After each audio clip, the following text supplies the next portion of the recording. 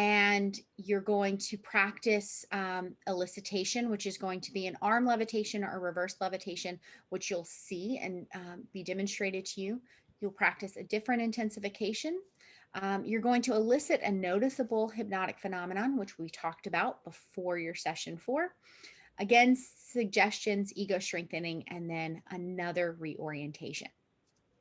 So by the time you finish your last session 4, you will go from this session 1 of establish rapport, elicitation, and reorientation, all the way to every aspect that you saw Lane do yesterday.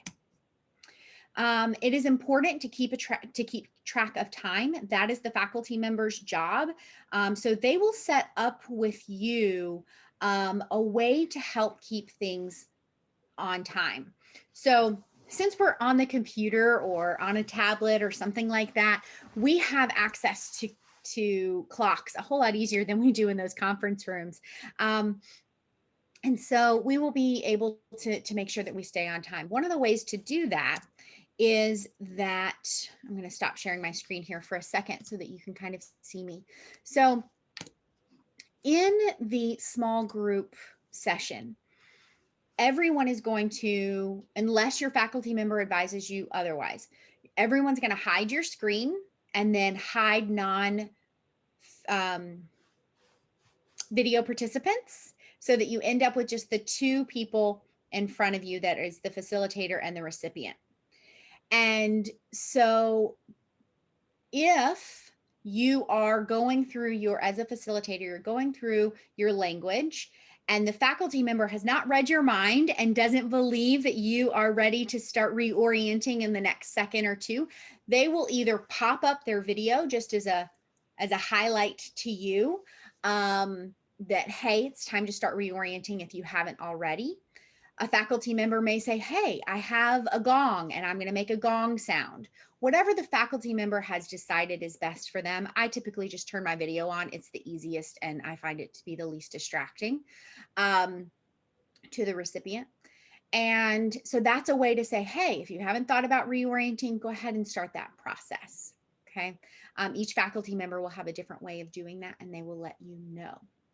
That is a way to make sure that we don't end up spending 20 or 30 minutes on one practice session, and that means somebody else doesn't have a chance to go. And I'm going to show you kind of what the time breakdown looks like. We're doing okay with time. All right. So in small group 1, 15 to 20 minutes, keeping closer to that 15-minute mark to establish rapport and to fill out that form. In groups 2 through 4, approximately 1 minute to 90 seconds to establish rapport. What that would sound like is very similar to what I was describing when I met the woman after the accident, very short.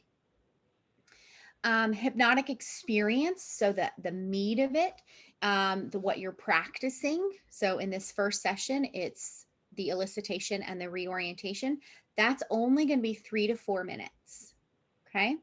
And in this first session, in groups 2 through 4, it's approximately 5 to 10 minutes of practice, and 5 minutes closer to that group 2, and 10 minutes is going to be around that session 4 mark.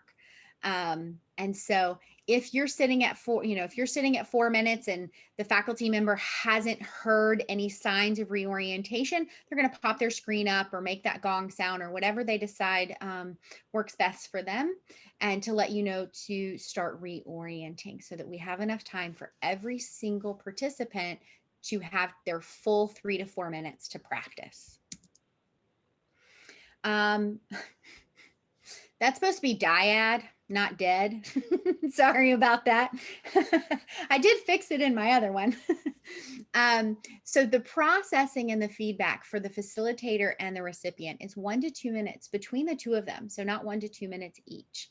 So it's really, what was that like for you, and giving about a minute of feedback, and then the facilitator doing the same. The identified observer will give about 1 minute, and then the group can give about 1 minute. And the faculty will give about 1 to 2 minutes of feedback that they wrote down on a form that they have to complete that has those strong aspects and some teaching points. Again, the faculty is responsible for keeping track of time. Some teachable moments may necessitate a flexibility in the schedule. And so what that means is if there is something that's going on, we joke about me always falling out of the chair because that almost happened once, but it's now a thing. So we talk about it a lot. So let's say I fell out of my chair and now I'm like, really having a hard time and all of that kind of stuff. If Lane were facilitating with me, he and I would leave the small breakout room, go back into the main room with Kathy. Kathy would put us in a room by ourselves, and another on-call faculty member would jump into the group. So that we may have to be a little flexible for that. That has not happened, but we do have that in place. We went over the forms, and so just keep in mind to use those forms. Faculty also has their forms, so you'll see them typing or writing as well. The main thing in terms of time is it's really easy, especially during the rapport giving or during feedback, to digress from the goal of practicing by talking about clinical stories or talking about vignettes or even discussing specific people who you're planning to use this tool with. And now we're spending, a lot of time on those topics instead of actually practicing. We do not want to role play. We want to be honest and authentic. And there isn't trying, there is just doing. You will do this practice. You're not going to try to practice, you will do it. Okay. This is not therapy. I don't know if I have this written down anywhere. This is not a time for therapy or to practice medicine. This is a time, even though when I say be authentic and we're setting goals, we're not setting a goal to say, I want to release my resentment towards my mother-in-law. We're not doing that. That's not the goal. The goal is to feel more confident to use this tool. The goal is to reduce some tension in the shoulders, those kinds of non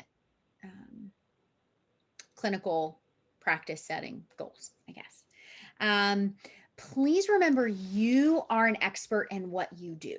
I know it can feel a bit intimidating to do a small group practice. I remember my first small group practice at my first training with Ash, and I thought I was just going to shake myself, through the floorboards because I was so nervous. That does talk a little bit to my anxiety as well.